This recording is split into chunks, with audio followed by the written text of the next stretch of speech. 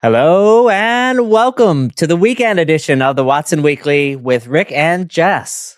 Hi, I'm Jessica Lesesky, and right now I am in 16-year-old driver mode, Rick, and I'm about to lose my mind. We can park that story for another day, but Ouch. Yeah, we're in a whole new world here. Let's break down what's going on in this week's show.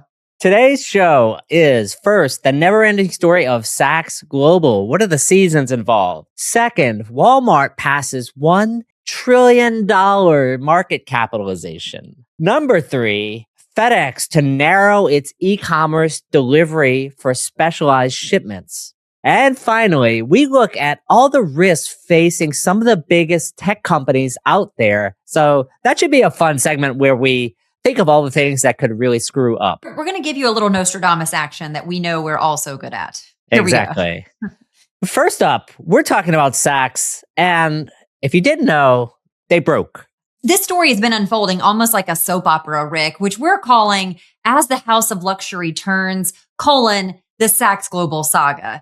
So gather around, get your popcorn, because we're going to walk you through these seasons as if they were episodic, because it's what it feels like. And it starts with February 2025, where we have this confession. Mark Metrick, the CEO of Saks Global, admits what everyone already knew. Vendors have not been paid, and some of them in 18 months.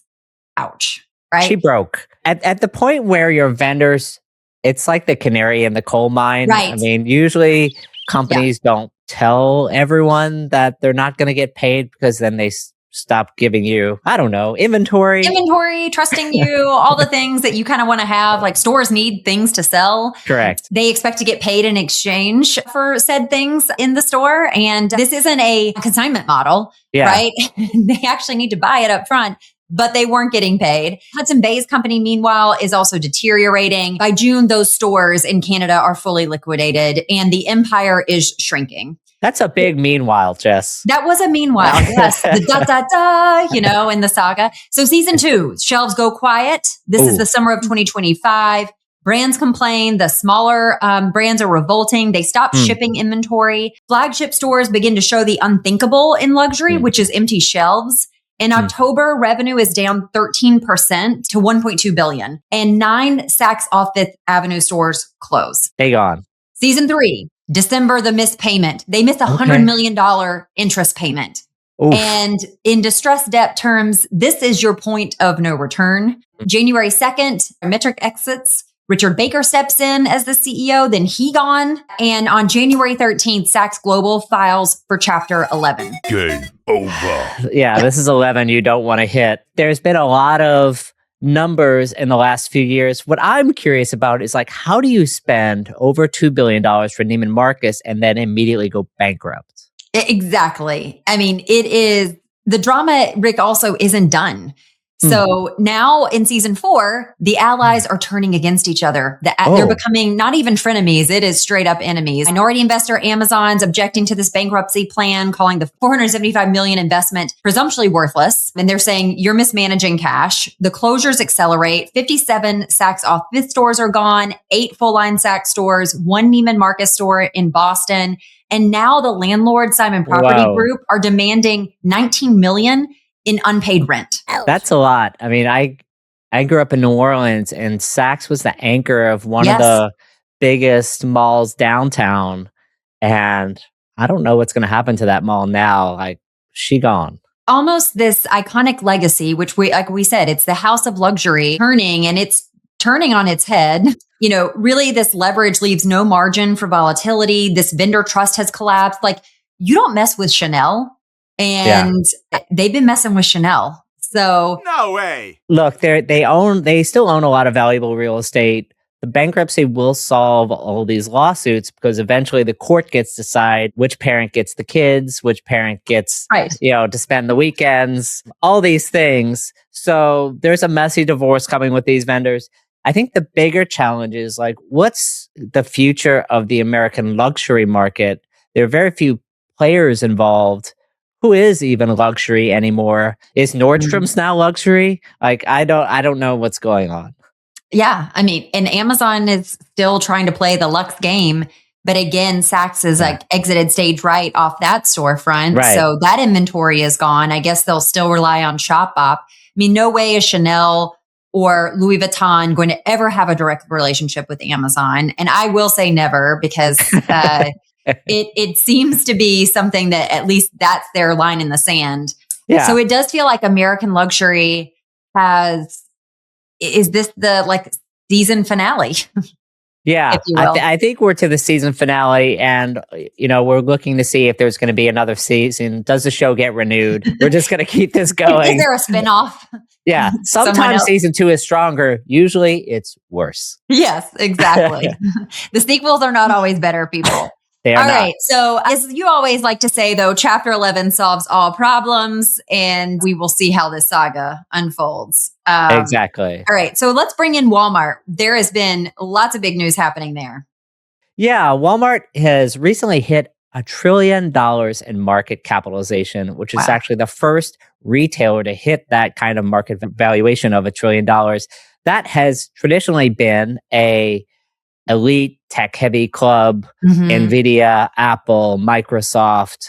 I think Apple was maybe technically the first one to do it. NVIDIA did it shortly after. And this is the first player to do it that's not wearing a Silicon Valley hoodie. Instead, they're in the country out in Bentonville. Well, yes, Bentonville's no longer a country anymore because it's Walmart's a big place. And so it's a little bit rock and roll. There are a lot of office buildings there, but they've poured billions of dollars into supply chain automation, into it feels like Walmart is that company where you used to have these things where when Target was cool, you had blogs like the people of Walmart, right? Right. And then that narrative seems to have entirely flipped around. Now Completely. Target is the dump and Walmart is the bright, shiny place you go to. So they seem to have kept and built kind of a dual strategy. And the dual strategy is Walmart really never lost its soul. Like, we need to go after the budget conscious shopper. Yeah. We're going to always have the lowest price. No one's going to undersell us. A lot of autonomy to the store managers. And at the same time, their e-commerce transformation and their supply chain innovation has really allowed them to capture kind of the upper market, traditional, almost Amazon customer is also now shopping at Walmart. Right. They're definitely stole share from Target, yes, as far as I'm concerned. And so what Walmart found is that we could sell to this higher end customer for some of our items because these people value assortment and convenience, and they've invested a lot into convenience. Absolutely. And we've talked about William White leaving Target and going to Walmart, taking that playbook of how to build the brand and attract these customers that once probably shunned their nose or pumped up their nose at Walmart, but now they're shopping there like left and right. They brought in these celebrity partnerships like Drew Barrymore Home, and it's paying off also. These e-commerce growth rates north of 30%, which is 3x Amazon. We know marketplaces has been a really strong bright spot for them. Thank you, Jet.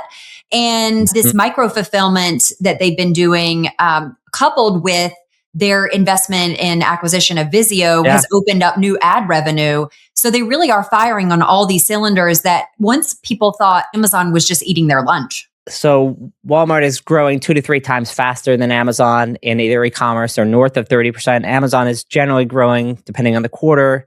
In Q4, it's like 10, 11%. In normal times, it's about 8% e-commerce.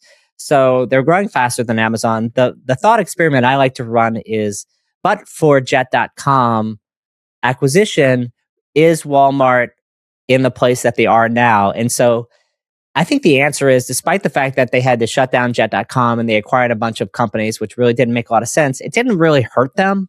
Yeah. What it ended up doing is Walmart got a sense of urgency. And I think the former CEO has a lot to do with this, Doug McMillon. And they infused a lot of sort of, call it .com culture into Walmart. And so I think that's the big story. And Jet.com could be one of the biggest successful failed acquisitions in the last 20 years. Absolutely. It is a fail forward, right? And just to recap, they bought Jet for $3.3 billion.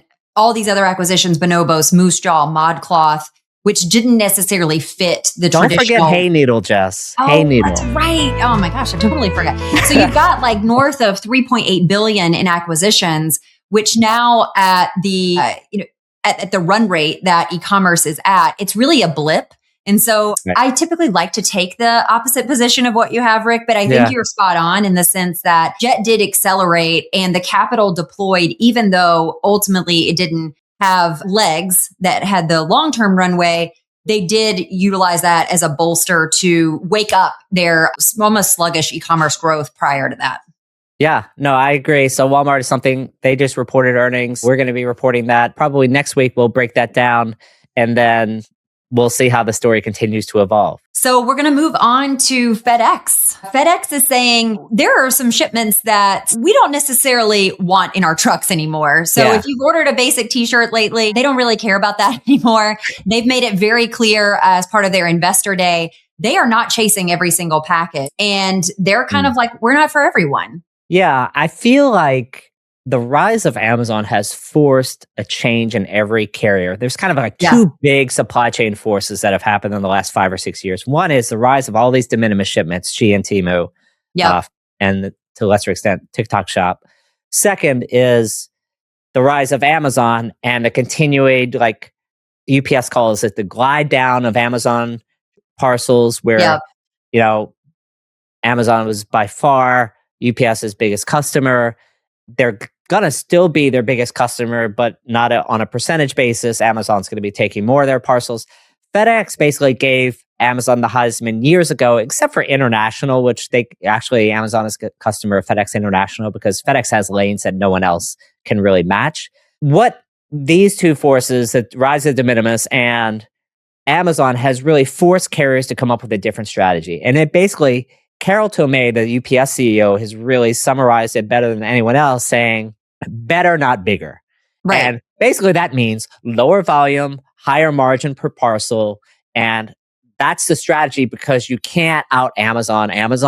They're growing too fast. They're too efficient. The stuff arrives too fast. There's no money to be made competing directly with Amazon. It's not you. It's and margin. People have tried, failed, and now it's throw in the towel time. Exactly. Yeah. And so what FedEx is effectively saying is we want sectors like healthcare, automotive, aerospace, data centers. That's our market opportunity, which they're saying has the serviceable addressable market of 130 billion. So get excited. Yeah. We love bees. That's great. Yeah, it's great. I don't know how that maths, but here we are. And they're also saying that these like tiny, cheap shipments are going to free up this space because they're not going to take up network space anymore because they're basically just saying, no, thanks, we don't want them. So where do these shipments go, Rick? Yeah, these sub-pound parcels, I think they go to a lot of these regional carriers. Yeah. Pitney Bowes, for instance, one was previously covering Shein's shipments. And I can imagine negotiating with Shein. You're not getting a lot of margin out of those things. So I think a lot of these bigger carriers are not really upset about losing these business. I think they call it, the corporate speak, addition by subtraction. That's right. And you were recently with FedEx. You had a keynote. Can you break down what went on there? Yeah, the keynote was a big event for their FedEx partners. They get together a lot of their executives. FedEx is a big company. Even their own employees don't always get together in one room. So their partner team, Jeremy Clayson, was super nice to invite me out, Melinda Mosikowski, and a number of other people. So really appreciate giving sort of kind of the headline keynote of the event. I was talking about AI and supply chain. And so it was really kind of like following on sort of the Be Bold theme we introduced at NRF, which is we're entering the age of intelligence. That is going to affect supply chain as well. It's going to affect how we sell supply chain. It's going to affect how we think about supply chain risk. And it's also going to think about the simple consumer problems, like I ordered something from Walmart and it's not available. What do they offer me as a replacement? AI can even improve things like that. Wow. It sounds like there's endless opportunity as it relates to where AI is going to impact supply chain.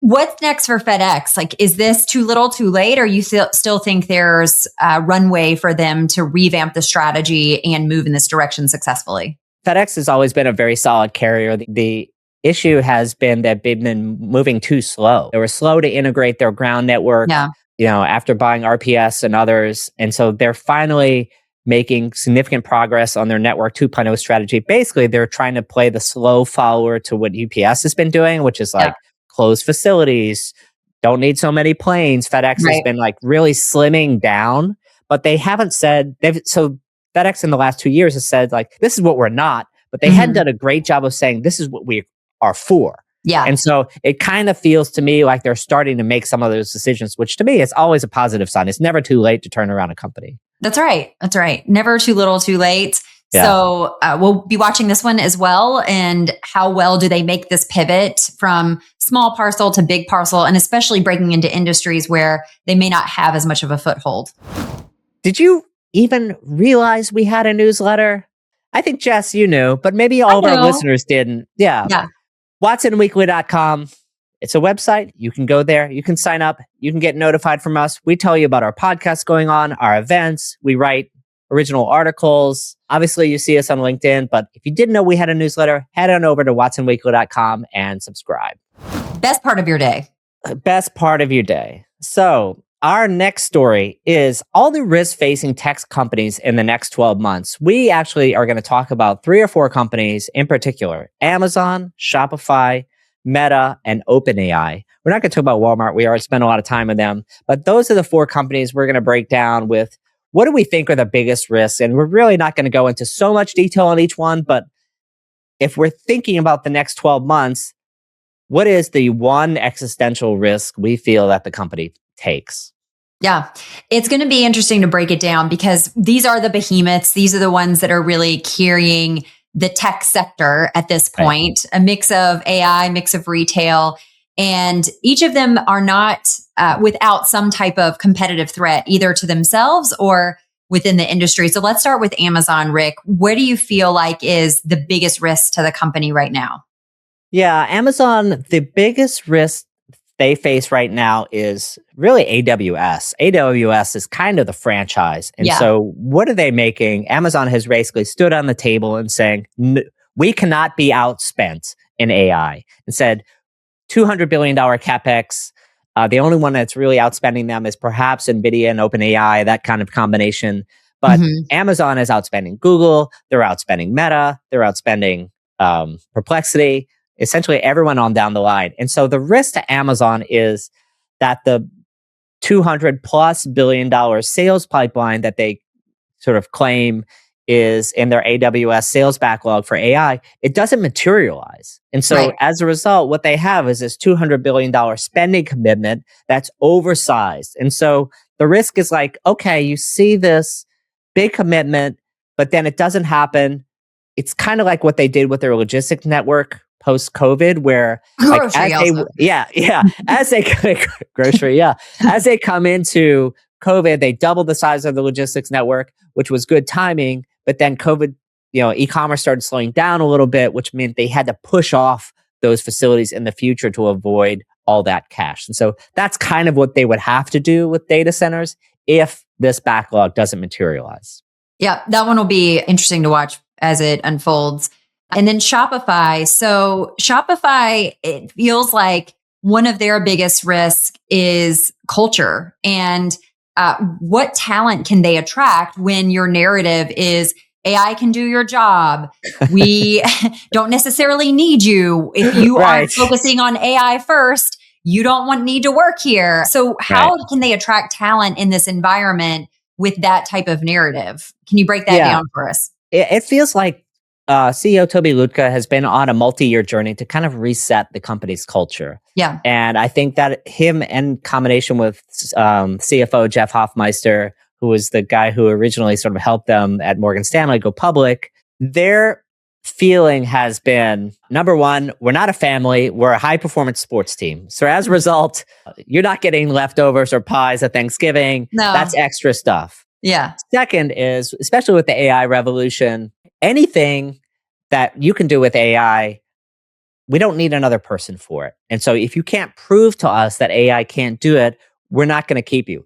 Then they've gone even further in that existing rules, most commonly support, but recently sales and their partner program has been completely restructured such that, why are all these people standing around? Why is everyone out on these steak dinners? So we already talked about Shopify going vegan. That's right. That's really the part of that story. And so the drip message for Shopify is you're not appreciated here. And so if you're a supposedly 100-year company, talent is a kind of an existential risk. Yeah. And so if the broader market says, hey, Shopify doesn't appreciate you, I'm sure Shopify is a great, fun company to work at. But if you're not at Shopify, you might not appreciate that if you're hearing the message constantly that AI is going to replace you.